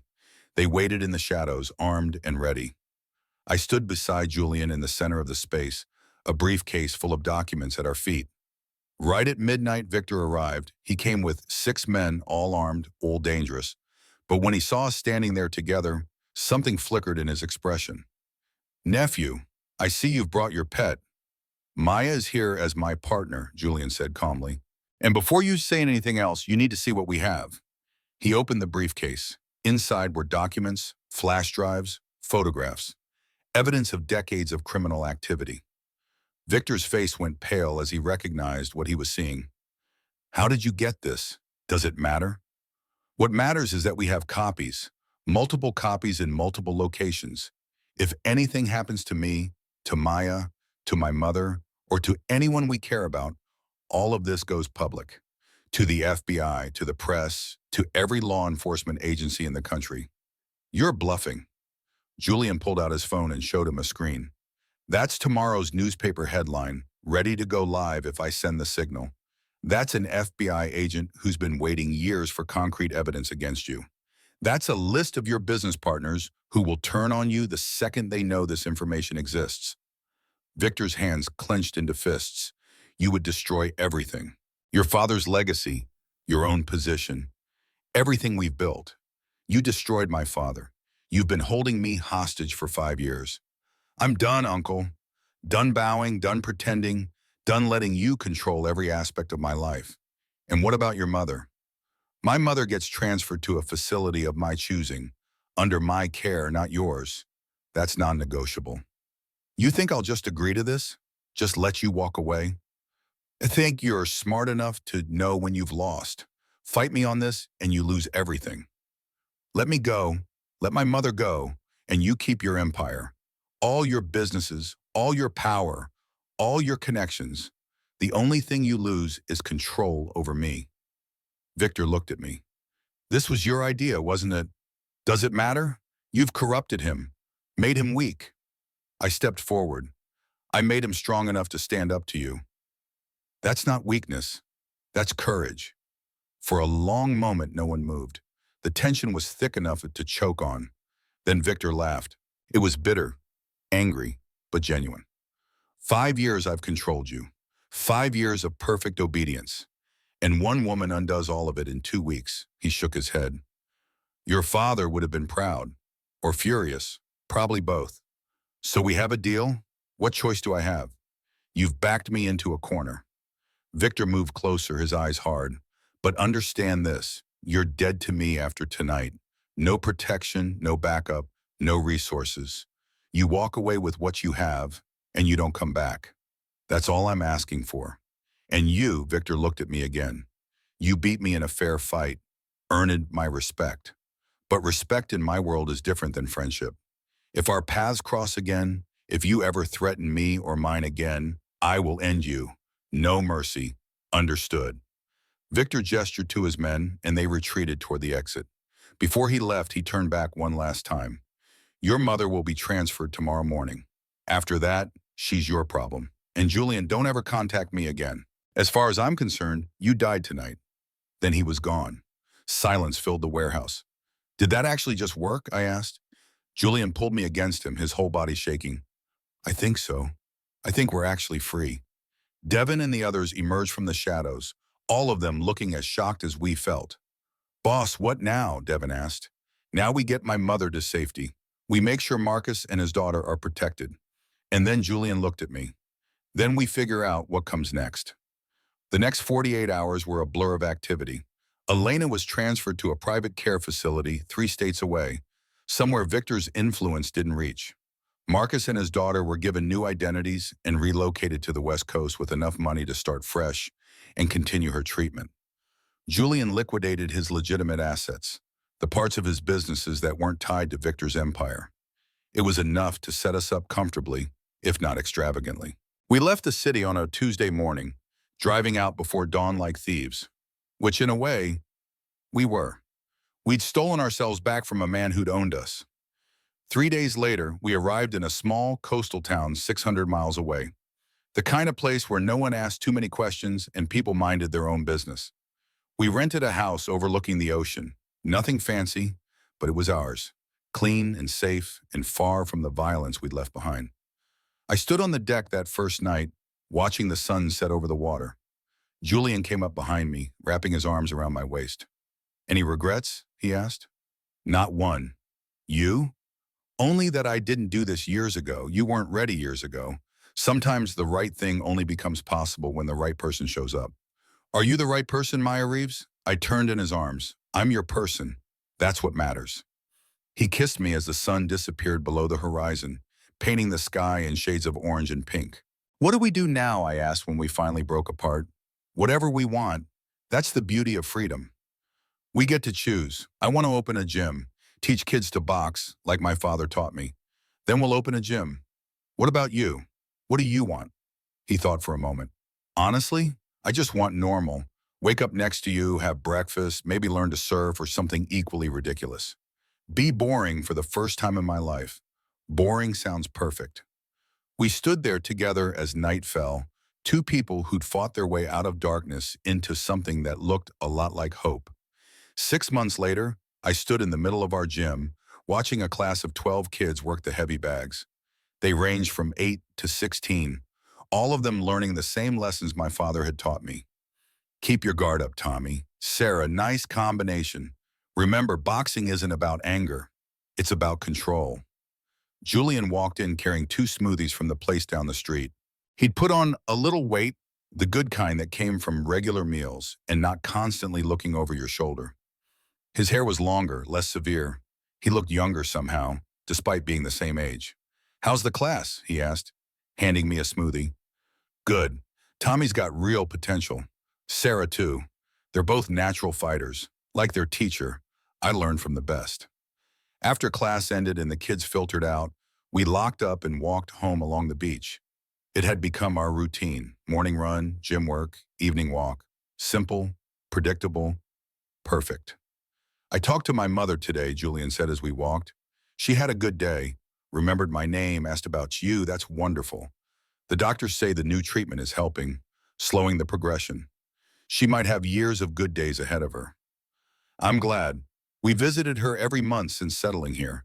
The care facility was only 2 hours away, close enough to be present, but far enough to stay safe. Elena had taken to me immediately, insisting I was too pretty for her troublemaker son. On her good days, she told stories about Julian as a child. On bad days, she forgot who we were entirely. But she was safe. That was what mattered. We reached our house as the sun was setting. Inside, everything smelled like the dinner Julian had started in the slow cooker that morning. He'd taken to cooking with an enthusiasm that never failed to make me smile. Over dinner, he brought up something we'd been dancing around for weeks. "I've been thinking about us, about the future." "Okay, we've been living day to day since we got here, which was necessary at first. But I think we're past that now, past just surviving." "What are you saying?" He reached across the table and took my hand. "I'm saying I want to plan a future with you, a real future. Not just hoping we make it through each day, but actually building something." "What kind of something?" "Whatever kind you want. Marriage, if you want that. Kids, maybe. Or just continuing what we have now. I don't care about the specifics. I just care that it's with you." My throat tightened. "You want to marry me?" "Eventually, when you're ready. No pressure, no timeline. Just know that's where my head is. Has been for months."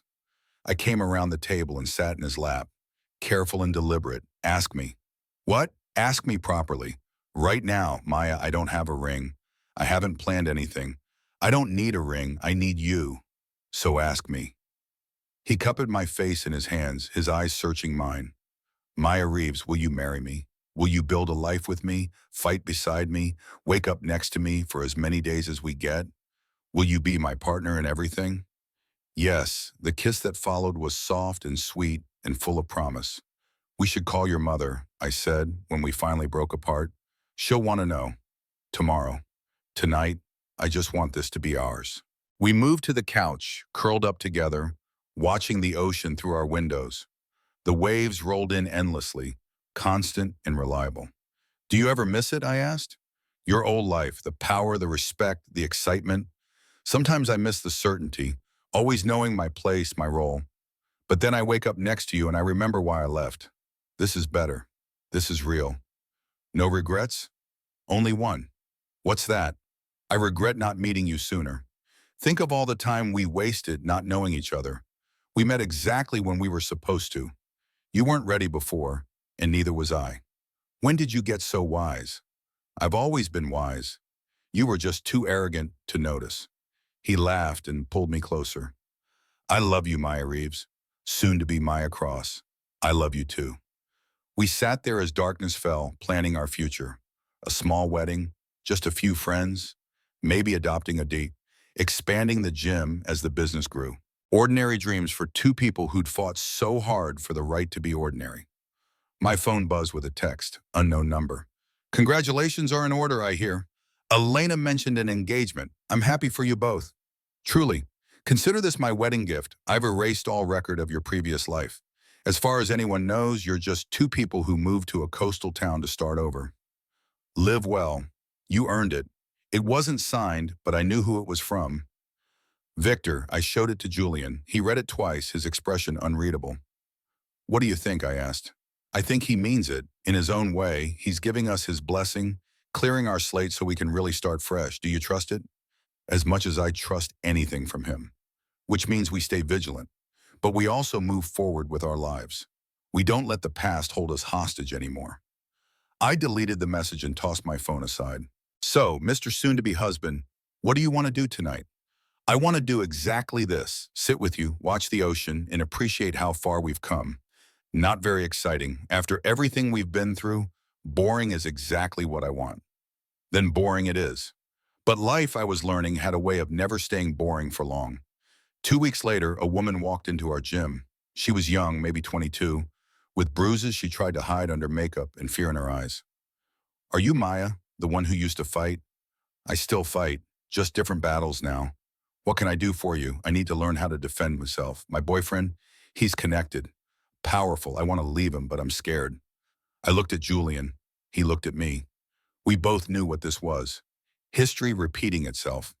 Another person trapped, needing help to break free. Tell me everything, I said, leading her to my office. As she told her story, tears streaming down her face, I realized something important. We'd gotten out. We'd built our freedom. But that didn't mean our fighting days were over. Some battles you fight for yourself. Others, you fight for people who don't yet know they're strong enough to fight. Julian stood in the doorway, listening to her story. When our eyes met, I saw understanding there. This was who we were now. Not criminals, not victims, but people who'd survived darkness and learned to help others find the light. We'll help you, I told the woman. Whatever you need, we'll figure it out together. Why? You don't even know me. Because someone helped us once. Because everyone deserves a chance to choose their own life. Because fighting isn't always about throwing punches. Sometimes it's about standing up when standing up seems impossible. She started crying harder, but these were different tears: relief, hope, gratitude. After she left with a plan and our phone numbers, Julian pulled me close. You know what this means, right? We can't just be normal now. There'll be others. People who need help getting out of bad situations. I know. You okay with that? I thought about my father, about the kids he'd trained and saved from the streets, about how his gym had been more than a place to learn boxing. It had been a sanctuary, more than okay. I think this is what we're supposed to do. Use what we learn, what we survived, to help others survive too. Then I guess we're not quite done fighting after all. No, but this time we're fighting for the right reasons, for people, instead of against them. He kissed me, and I felt the rightness of it. This was our purpose. Not just surviving, but helping others find their own way out of darkness. Over the next few months, word spread quietly. People who needed help, who were trapped in bad situations with dangerous people found their way to our gym. We helped where we could. Sometimes it was just teaching them to fight back. Other times it was more complicated. Safe houses, new identities, creative solutions to impossible problems. We weren't heroes. We were just two people who knew what it meant to be trapped and who refused to let others stay trapped if we could help it. And at night, we'd come home to our house by the ocean. We'd have dinner, talk about our day, make plans for the future. We'd be normal and boring and perfectly happy. Standing in our kitchen one night, washing dishes while Julian dried, I thought about everything that had led us here. The spilled wine, the fight, the less and revelations and desperate choices. "What are you thinking about?" Julian asked, bumping my shoulder with his. How none of this was in my plan. How a year ago I was just trying to pay off debt and survive. Now I'm engaged to a former mob boss, running a gym that's secretly a sanctuary, and happier than I've ever been. Life's funny that way. It really is. I turned to face him, this man who'd been my enemy, then my challenge, then my partner, and finally my love. "Do you ever regret it?" Julian asked quietly. "The price we paid for this?" I thought about Marcus, about his sacrifice, about the choice we'd made. Every day, I said honestly, but I also think about what he said, that we honor his choice by actually living, not just surviving, but living fully. I stopped, turned to face Julian. "So no, I don't regret the life we're building. I just wish it hadn't cost what it did." He pulled me close. "Me too." That night over dinner, he brought up something we'd been dancing around for weeks. "Marry me," he said suddenly. "You already proposed." I said yes, remember? "I know, but I want to do it right this time." He got down on one knee there in our kitchen with the smell of pasta sauce and the sound of the ocean through the open windows. "Maya Reeves, you're the bravest person I've ever met. You fought for me when I couldn't fight for myself. You chose courage when wisdom said to run. You made me remember what it means to actually live instead of just survive." He pulled out a simple ring. Nothing flashy, just a silver band with a small diamond. "Will you marry me? Not someday, not eventually. Will you marry me next month in that little church by the beach with just a few friends and my mother if she's having a good day?" Tears were streaming down my face. Yes, yes to all of it. We married on a Saturday in October. Elena came, had a beautiful day, walked me down the aisle since my father couldn't.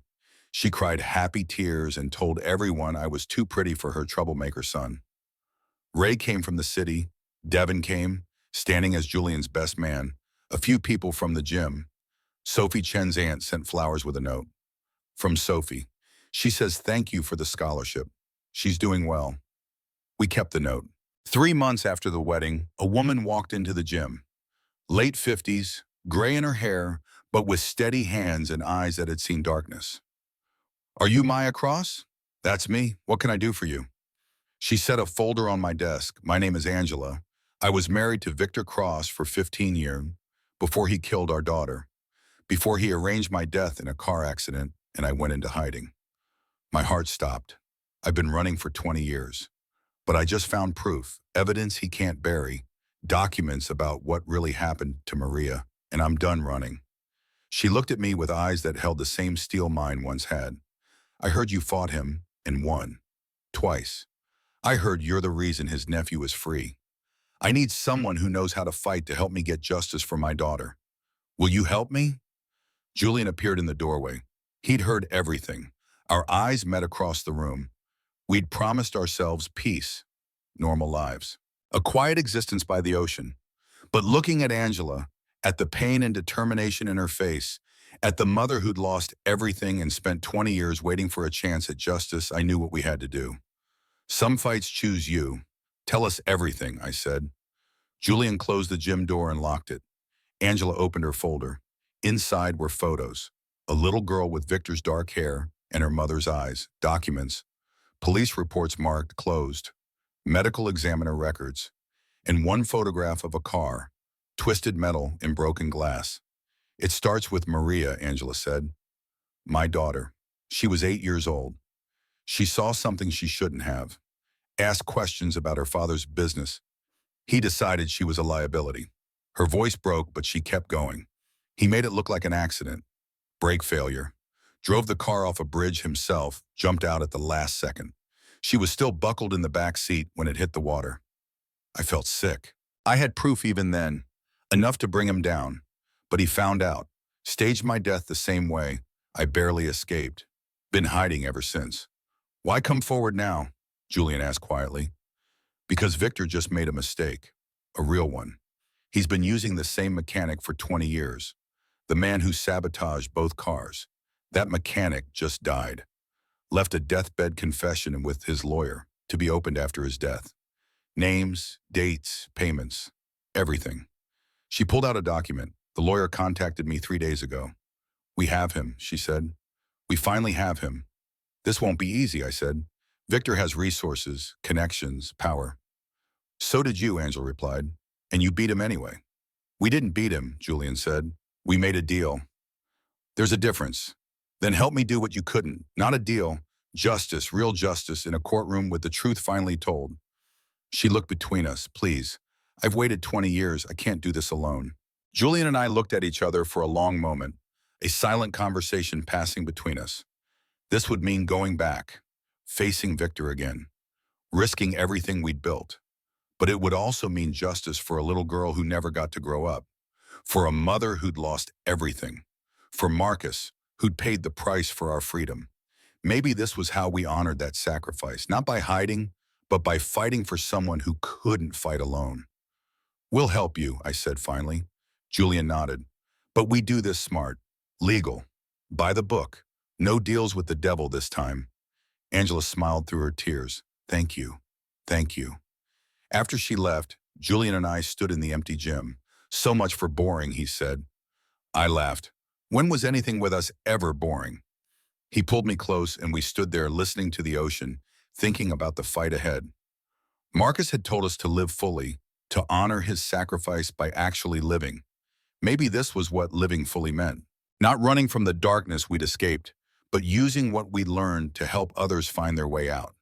Not as victims anymore, not as survivors, but as fighters, for justice, for truth, for the people who couldn't fight alone. The ocean rolled on outside, endless, unstoppable, just like us.